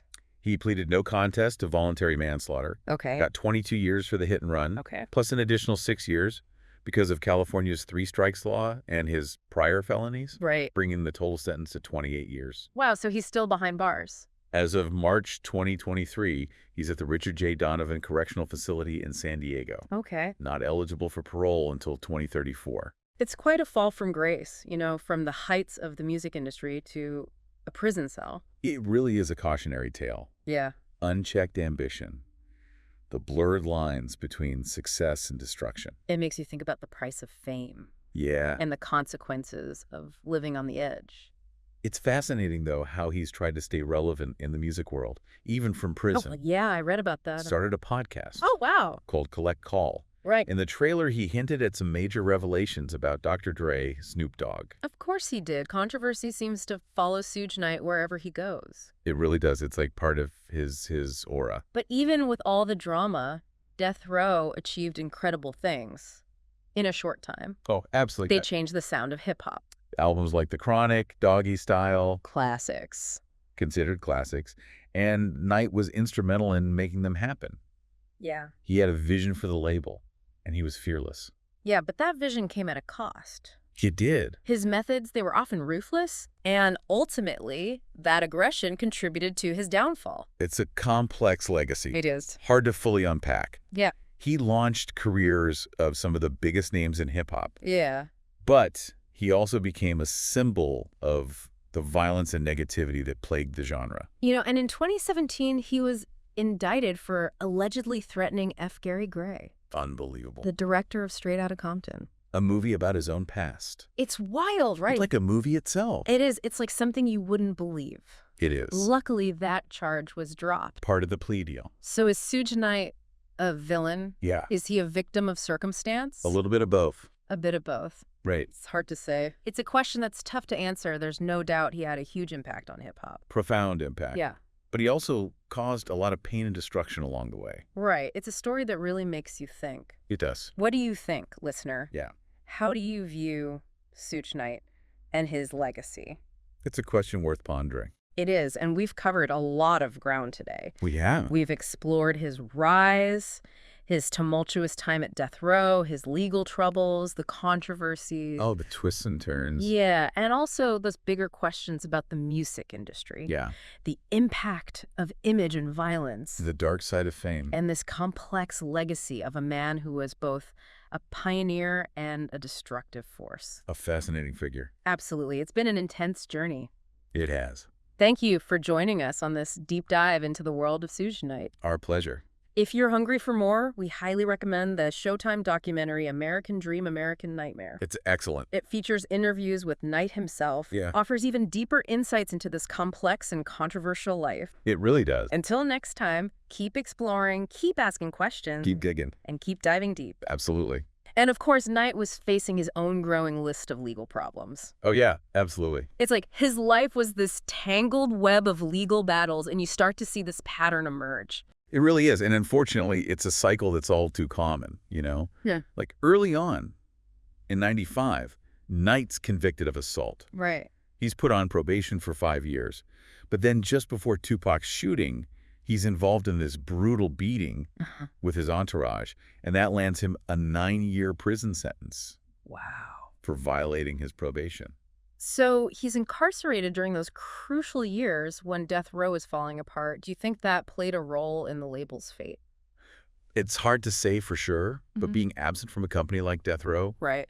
especially with all the controversy, it probably didn't help. No, not at all. He gets out of prison in 2001, but it seems like he just couldn't stay out of trouble. Yeah, it was almost like a revolving door parole violation in 2003, back to prison. Right. The feud with Snoop Dogg, police crackdown on the Mob Piru Bloods. It's like those gang ties. That world kept pulling him back in. Yeah, and it wasn't just gang-related stuff. Right. There was that fight outside a Hollywood nightclub, the lawsuit against Kanye West over a shooting at a party. That Kanye West lawsuit's an interesting one. Yeah. It shows how Knight moved in these different circles, these worlds colliding. Right. It's a reminder that his life wasn't just street-level stuff. He was a player in the music industry, entangled with celebrities and these high-profile events. Yeah, a lot of worlds colliding there. Did things settle down at all for him in the 2010s? Not even close. Another fight in Arizona, arrest for cannabis possession, Okay. and then the big one. 2014, he shot 6 times at a Chris Brown party. 6 times. That's unbelievable. He survived, but it shows you the kind of danger that seemed to follow Knight. Yeah. He was a target, but he was also drawn to these situations. It's hard to say which was which. Yeah. And that wasn't all. Later that year, arrested again, this time with Cat Williams, for allegedly stealing a camera from a paparazzi photographer. It's almost comical when you consider everything else. But it highlights how chaotic and unpredictable his life had become. Right. So all this leads up to 2015, the incident that ultimately put him back in prison for good, the hit and run. That's where it all came crashing down. He hit 2 men with his car, killing one, Terry Carter, and seriously injuring the other, Clee Sloan. Yeah, a fatal hit and run in Compton, and the security footage seemed pretty damning. Oh, He claimed self-defense, but it was hard to see it that way. right. The incident reportedly stemmed from an argument on the set of Straight Outta Compton, Now, wow. the NWA biopic. Right. It's almost like Knight's past, the violence that had followed him, came back to haunt him in this very public and tragic way. It's like a Greek tragedy almost. It really is. After his arrest, he spent years fighting the charges, dealing with health problems while incarcerated. He changed lawyers multiple times. It was a messy legal process. It was. He faced the possibility of life in prison, and ultimately in 2018, he took a plea deal. Okay, so what were the terms? He pleaded no contest to voluntary manslaughter, Okay. got 22 years for the hit and run, plus an additional 6 years because of California's 3 strikes law and his prior felonies, bringing the total sentence to 28 years. Wow, so he's still behind bars. As of March 2023, he's at the Richard J. Donovan Correctional Facility in San Diego, not eligible for parole until 2034. It's quite a fall from grace, from the heights of the music industry to a prison cell. It really is a cautionary tale, unchecked ambition, the blurred lines between success and destruction. It makes you think about the price of fame and the consequences of living on the edge.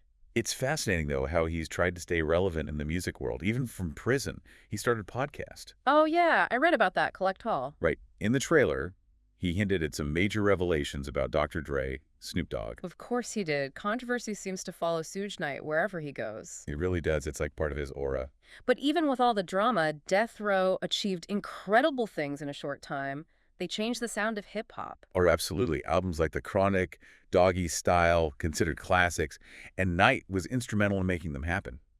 He had a vision for the label, and he was fearless. Yeah, but that vision came at a cost. It did. His methods were often ruthless, and ultimately that aggression contributed to his downfall. It's a complex legacy, hard to fully unpack. He launched careers of some of the biggest names in hip-hop, but he also became a symbol of the violence and negativity that plagued the genre. And in 2017, he was indicted for allegedly threatening F. Gary Gray, the director of Straight Outta Compton. Unbelievable. A movie about his own past. It's wild, right? It's like something you wouldn't believe. Luckily, that charge was dropped. Part of the plea deal. So is Suge Knight a villain? Is he a victim of circumstance? A bit of both. It's hard to say. There's no doubt he had a profound impact on hip-hop, but he also caused a lot of pain and destruction along the way. Right. It's a story that really makes you think, what do you think, listener? Yeah. How do you view Suge Knight and his legacy? It really is a story that sticks with you, I keep thinking about that gangsta image. Yeah. How much of that was real versus like a marketing tactic? Right. And what kind of impact did that have, not just on the music industry, but like on society? It's a great question, and I think it gets to this bigger conversation Yeah. about, life imitating art or art imitating life. Right. Death Row's music, there's no denying it. It was powerful stuff. Yeah. It connected with people who felt marginalized, Yeah. disenfranchised, Right. but it also, it kind of glamorized violence Yeah. and a particular lifestyle. For sure. It's tough to say exactly what impact that had, Right. but it definitely contributed to this perception of hip-hop as dangerous, Yeah. as threatening. And that led to a lot of backlash, right? Really. people calling for censorship, accusations that it was inciting violence, glorifying criminal behavior. Politicians even weighed in. Oh, yeah. It became a political football bin. It's funny how those same debates about, music's influence are still happening today, just with different artists. Right. It's this recurring theme throughout history. But back to Suge Knight, you think he deliberately cultivated this controversial image? I think it was a combination of things. Okay. I mean, Knight was a smart businessman. Right. He understood image. He knew controversy sells. Uh-huh. He wasn't afraid to play up the gangsta thing. But I also think that image reflected who he really was. Okay. To some extent. So not totally manufactured? Yeah, maybe a mix of marketing savvy and, genuine authenticity. Right, like a blend of both. Exactly, and that's what makes him so interesting. Yeah. Brilliant entrepreneur, but also this volatile figure. Live by the sword, die by the sword almost. Yeah, he built an empire on this image of toughness, aggression. Right. And that same aggression ultimately led to his downfall. His story, it's a reminder that the music industry, as glamorous as it can seem, it's brutal. It's unforgiving. And even the most successful people, they're often deeply flawed. And those flaws can have huge consequences, Yeah. not just for them, but for everyone around them. Suge Knight's story, it's a tragic one. Missed opportunities. Yeah. And ultimately self-destruction. We've covered a lot of ground today. We have. Suge Knight's rise to power, his time at death row, his legal troubles, all the controversies. A lot to unpack. We've also talked about these bigger questions about the industry. Right. The impact of image, of violence. The dark side of fame. And the legacy of a man who was both a trailblazer and a force of destruction. A fascinating figure. It's a story that keeps people talking. It does. Thinking. Yeah. It's been an intense journey, and we want to thank you for joining us on this deep dive into the world of Suge Knight. Our pleasure. If you're looking to go even deeper, we highly recommend the Showtime documentary American Dream American Nightmare. It's great, yeah. It features interviews with Knight himself, offers some really incredible insights into this complex and controversial life. It does, really does. Until next time, keep exploring, keep asking questions. Keep digging. And keep diving deep. Absolutely.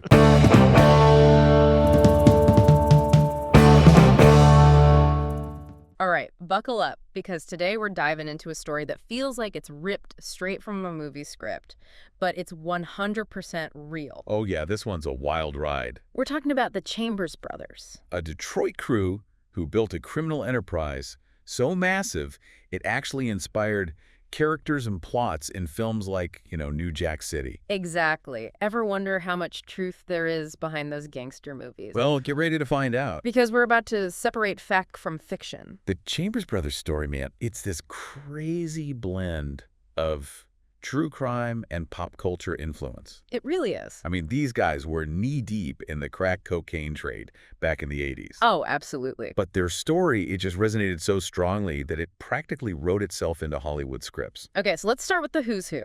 Who are these Chambers brothers? 4 brothers running a criminal empire. Right. That's basically a movie premise right there. Oh, totally. It's like ripped from the headlines. So there were 4 of them. BJ, Larry, Willie, and Otis Chambers. And they had other siblings too, of course. But these 4, these were the ones who, gained notoriety, let's say. Right. And get this, one of their twin brothers actually went on to become, wait for it, a military drill sergeant. Whoa, really? Yeah. Talk about 2 paths diverging, huh? That's wild. A drill sergeant and let's just say a less than law-abiding citizen. Talk about a family contrast. Yeah, you could say that again. So what was it that made these 4 brothers so infamous? What catapulted them into the public eye? Well, there were a few things, for sure. But the one thing that really launched them into the spotlight, you're not going to believe this, it was these videotapes. Videotapes? Yeah.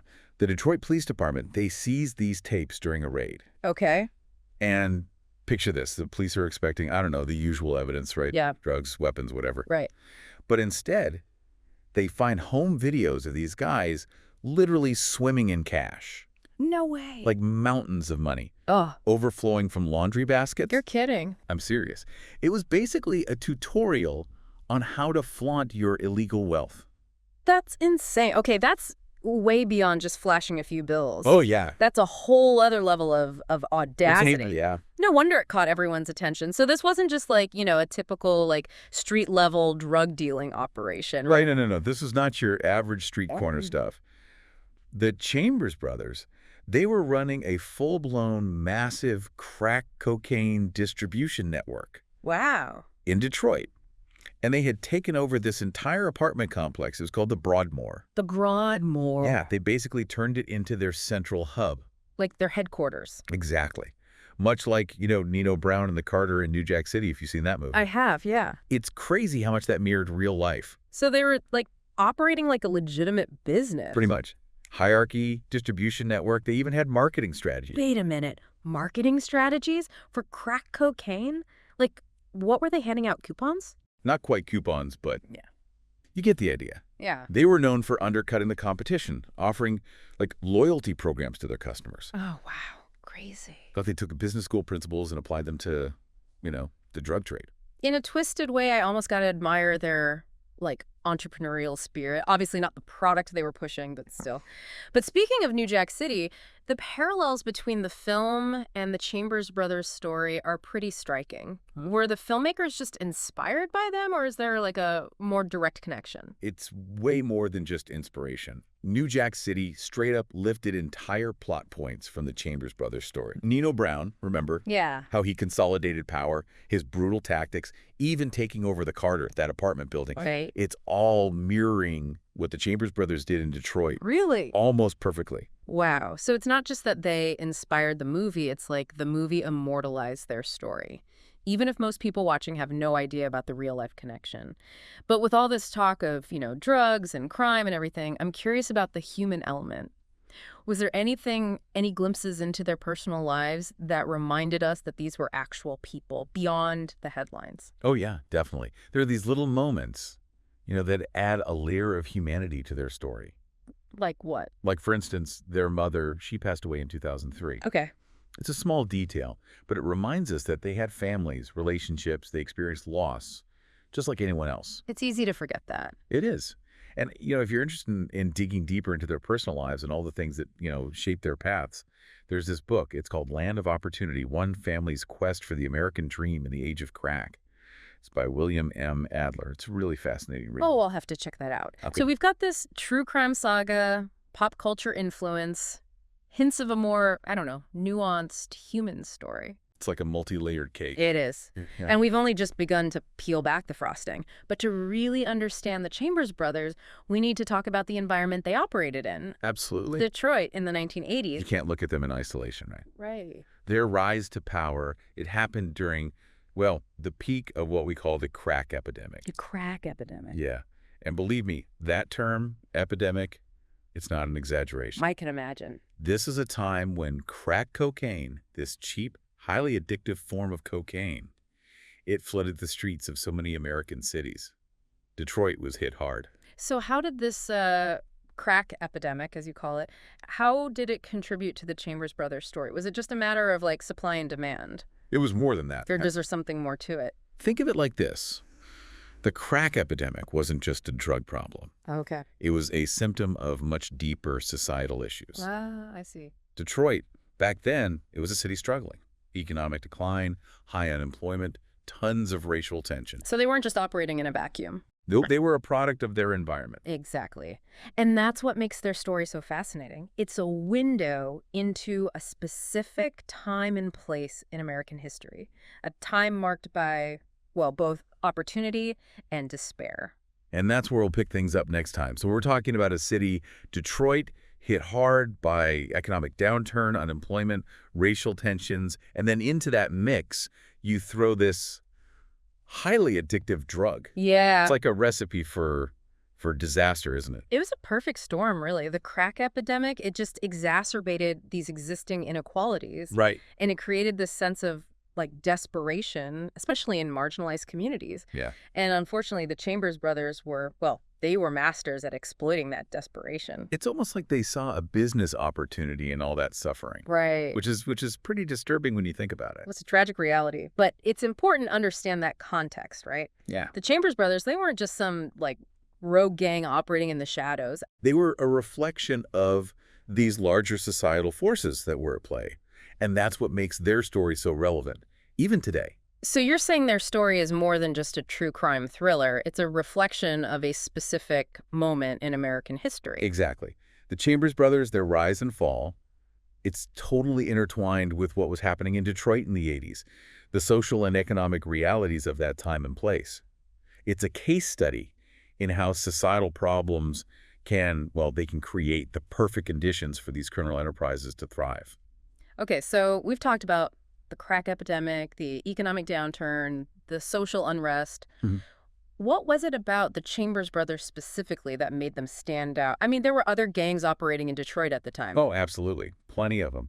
But the Chambers brothers, they had a few things going for them. Like what? First, their business smarts, like undeniable, right? Oh, yeah. Remember those videotapes we talked about? Yeah. They weren't just about showing off their cash. Those tapes, they actually revealed a lot about how organized they were. The police, they were shocked, man, by how carefully these guys tracked everything. Really? Income, expenses, distribution networks. It was like they were looking at the books of a Fortune 500 company. Yeah. Except their business was crack cocaine. So, not your typical street thugs. Not even close. More like, I don't know, criminal masterminds maybe? Yeah, that's a good way to put it. Ruthless, calculating, and incredibly efficient. And that's how they got to the top of the Detroit drug trade. Yeah. There was even this article in the New York Times. They described the Chambers operation as remarkably businesslike. Wow. Which, I mean, kind of chilling way to describe a criminal enterprise, right? Yeah, it's like they took the idea of the American dream and applied it to the underworld. Talk about a dark side. But all that notoriety, all that attention, didn't that eventually lead to their downfall? Yeah, it's almost inevitable, you know? Yeah. The higher you climb, the harder you fall. And for the Chambers brothers, their fame, it became their weakness. The more successful they get, the more attention they attracted. Not just from, law enforcement, but also rival gangs. So it was only a matter of time before their empire crumbled. Pretty much. Yeah. It's a classic story of ambition and greed, Right. Unchecked, it leads to self-destruction.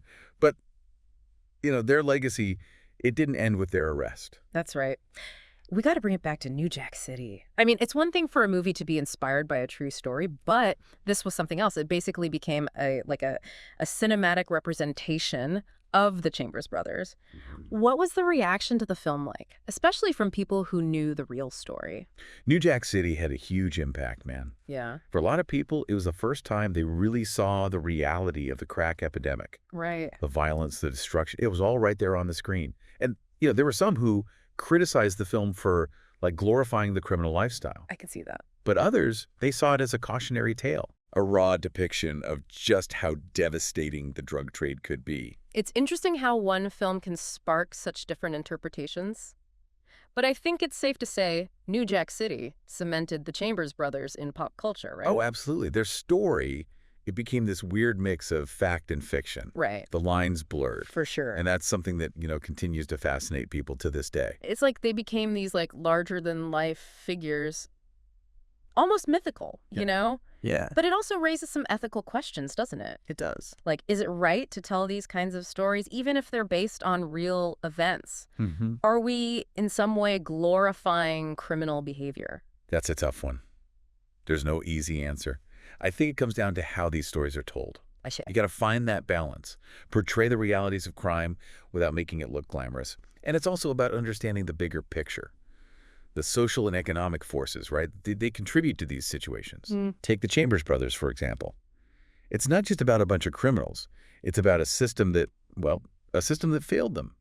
A community that was ravaged by addiction and despair. So it's about more than just entertainment. Yeah. It's about education, Yeah. awareness, understanding. Absolutely. These stories, they can be tough to hear, even disturbing, but they can also be incredibly insightful.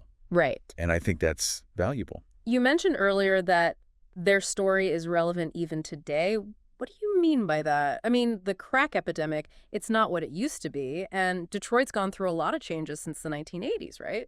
That's true. But the underlying issues the issues that fueled the Chambers brothers' rise, things like poverty, lack of opportunity, systemic inequality, Yeah. those haven't gone away. They're still very much present in a lot of communities. And as long as those issues exist, The potential for similar stories to happen, well, it remains. So their story isn't just some relic of the past. It's a warning for the present, a reminder that, we need to address these systemic problems if we want to prevent future Chambers brothers from popping up. Exactly. We can't just focus on punishing individuals, right? Mm. We need to build a society where everybody has a real shot at success. Okay. That means investing in things like education, job creation, community development programs, break the cycle, Of poverty and despair that can lead to criminal activity. Exactly. Okay, that makes sense. But let's shift gears for a second. Yeah. Talk about the family dynamic here. Okay. You mentioned earlier that one of their twin brothers became a military drill sergeant. Mm. What does that tell us about the whole nature versus nurture debate? That's the question, isn't it? Were the Chambers brothers destined to become criminals? Or was it all about the circumstances they grew up in? It's a question that's, puzzled people for centuries. Yeah. And I don't think there's an easy answer. But the Chambers brothers' story, it definitely adds fuel to that fire. You have two twins raised in the same environment, exposed to the same things, and they end up taking completely different paths. Makes you think that both nature and nurture play a role in who we become. It's like that old saying, life is what you make it. But I also wonder how much choice they really had, Right. given their circumstances. Given where they came from. Do you think their lives would have turned out differently if they'd had more opportunities? Better education. Yeah, better education, more job opportunities, a stronger support system. Would things have been different? It's impossible to say, for sure. But it does make you think about the power of circumstance, right? Mm-hmm. The role of luck, chance, and how unpredictable people can be. It's a reminder that even the most straightforward stories, they often have these hidden depths. Absolutely. And that's what makes the Chambers brothers' story so compelling, so captivating. It's a cautionary tale, a study in contrasts. Yeah. And it gives us a peek into a really wild period in American history. It's a story that sticks with you. It does. And I have a feeling we've only just scratched the surface. Oh, you're absolutely right. And that's what I love about these deep dives. It's like we're peeling back the layers, Yeah. challenging what we thought we knew, Yeah. and discovering all these unexpected connections that bind us all together. Well, you know what they say, truth is stranger than fiction. It really is. And in the case of the Chambers brothers, it's a truth that, it just keeps people coming back for more. And sometimes these truths, they can even inspire us, even if it's just to do things differently. Right. Break the cycle, make a better future. Which brings us back to the question of legacy. Yeah. What will the Chambers brothers ultimately be remembered for? Their crimes? Their notoriety. Or will their story serve as a cautionary tale? Or a reminder of how complex human nature can be? The enduring power of circumstance. That's a question we all have to grapple with. There's no right or wrong answer. Yeah. But I think by engaging with their story, by facing those uncomfortable truths that it reveals, maybe, just maybe, we can move towards a deeper understanding Of ourselves and the world around us. Exactly. And that's what makes deep dives like this so valuable, right? Oh, absolutely.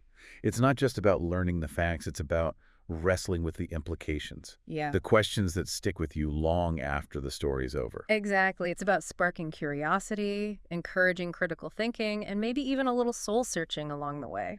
I love that. Because the best stories, they don't just inform us, they change us. They do. And that's a perfect note to end on. We've covered a lot today, exploring the rise and fall of the Chambers brothers, their impact on pop culture, the incredibly complex social forces that shape their lives. But as always, the conversation doesn't end here. There's still so much to unpack. Oh, yeah. So much to think about. We've given you the pieces. Now it's up to you to put the puzzle together, to draw your own conclusions, and to keep asking those thought-provoking questions. Because that's the beauty of a deep dive, isn't it? It's just the beginning. The start of a much larger exploration. And who knows where that journey might lead you. The possibilities are endless. You know, when we talk about these larger-than-life figures like the Chambers brothers, it's easy to get, caught up in all the excitement of their rise and fall. It's true, yeah.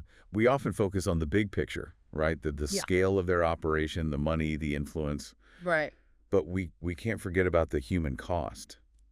The ripple effects that extend way beyond the headlines. Exactly. We've talked about the crack epidemic, but what did that actually look like on the ground in Detroit? Imagine, whole neighborhoods struggling with addiction, Wow. families being torn apart, violence just spilling out onto the streets.